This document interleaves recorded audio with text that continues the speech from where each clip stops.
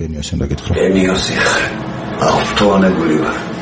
ეს ციტატა რომელიც ეს ციტატა არის ფილმიდან, რომელიც ალბათ იქნებოდა ყველა დროის საუკეთესო ქართული ფილმი, რეჟისორს რო არ გონებოდა რომ ეს არის სერიოზული ნამუშევარი.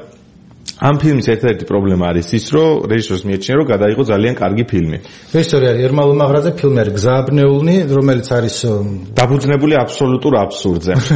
ანუ საერთოდ ვერაფერს ვერ მიხვდები, გარდა იმისა, რასაც რეჟისორი პირდაპირ გეუბნება, რომ ორი ადამიანი, რომლებიც არ იცი სად მუშაობდნენ, რომ ერთი ზის ერთ-ერთი სატელეკომუნიკაციო კომპანიის ოფისში და კლავიატურაზე თითებს ურახუნებს. ოღონდ ხალხელს, კი, უფრო ვებ დიზაინერი, იმიტომ რომ ეუბნებიან, რომ ვებ დიზაინში თქვენი ნამუშევრები არის რაღაც შედევრი. ანუ მე არ ვიცი გამოგეწორა, ეს ფილმი არ მინახავს, ანუ არ მომღავს სხვა ნამუშევრები თავიდან ბოლომდე მინახავს, ეს მაქვს ამონარიდები ნანახი YouTube-ზე, სხვადასხვა კლიპები.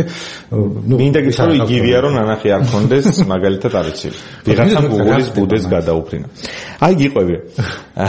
ორი ადამიანია, რომლებიც რაღაც სამსახურებში მუშაობენ. ერთი მუშაობს რაღაც ოფისშია და ვითომ არის კარგი ჰაკერი, ოღონდ არ ვიცი რაში გამოიხატება ეს კარგი ჰაკერობა, იმიტომ რომ მარტო 3 თითს იყენებს მარჯვენა ხელის და ამითი აკეთებს რაღაც საოცრებებს. მაგალითად ბალანსი შეუძლია დასვას ბუღალტრის მაგივრად რაღაც 3 თითით 3.5 წამში.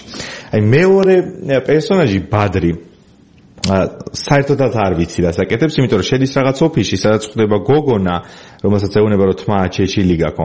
მერე ხდება უცხოელი ქალი, რომელსაც ინგლისურად მიმართავს, რომ თუ შეიძლება რომ გაკოცოთო.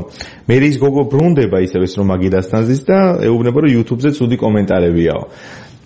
ძალიან ძნელი ამით გაარკვიო, სად მუშაობს ეს ადამიანი. საბოლოოში ორივეს იბარებენ უფროსები და ეუბნებიან რომ გათავისუფლებულები არიან სამსახურიდან და ისი აღმოჩნდება, რომ ამათი გათავისუფლების შესახებ იცის მთელმა საქართველომ და ვიღაცები ხვდებიან რაღაც ბუბა ხოტივარი ხდება და ჩდება პერსონაჟი დიადიასემი, რომელიც არის ერთ-ერთი ყველაზე დიდებული პერსონაჟი, არის ერთგვარი მგელი, რომ არის Pulp Fiction-ში იმის ანალოგი, ადამიანი რომელიც ყველაფერს აკეთებს, მაგრამ არ გაგიკეთებს, ანუ ადამიანი რომელიც ფლობს ძალიან დიდ ფულს, რაღაც ლონდონის ბირჟაზეა, ამერიკაში ბიზნესია და ასე შემდეგ. დიადიასემი ქვია, დადის რაღაც 2001 წელს გამოშვებული A-კლასის Mercedes-ით.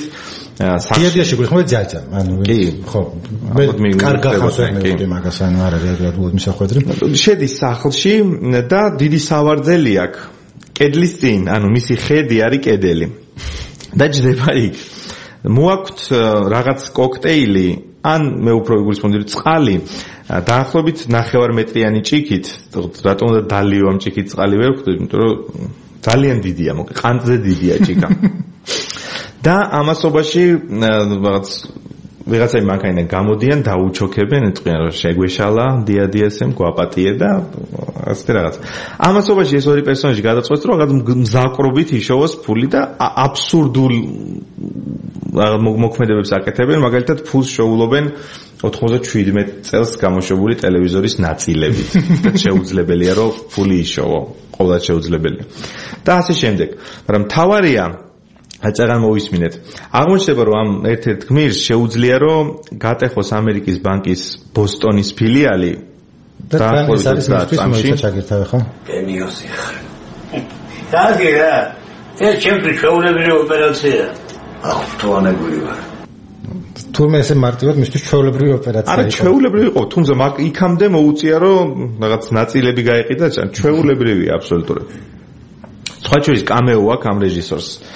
თავის ყველა ფილმში მახსოვს კი ჩანს აქაც ჩანს ეპიზოდში როცა ცდილობს რომ თავის ქვეშევრდომს ასე თქვა ავალებს გაარკვიოს სწორია თუ არა ამერიკის ბანკის ბოსტონის ფილიალის ანგარიშის ნომერი რომელიც არ ვიცი რას ნიშნავს საერთოდ და ისე უნდა რომ კი სწორია ისა მარტო ამერიკის ბანკი არ იქნებოდა დამაჯერებელი ამიტომ რაღაცა დამაჯერებელი სჭირდება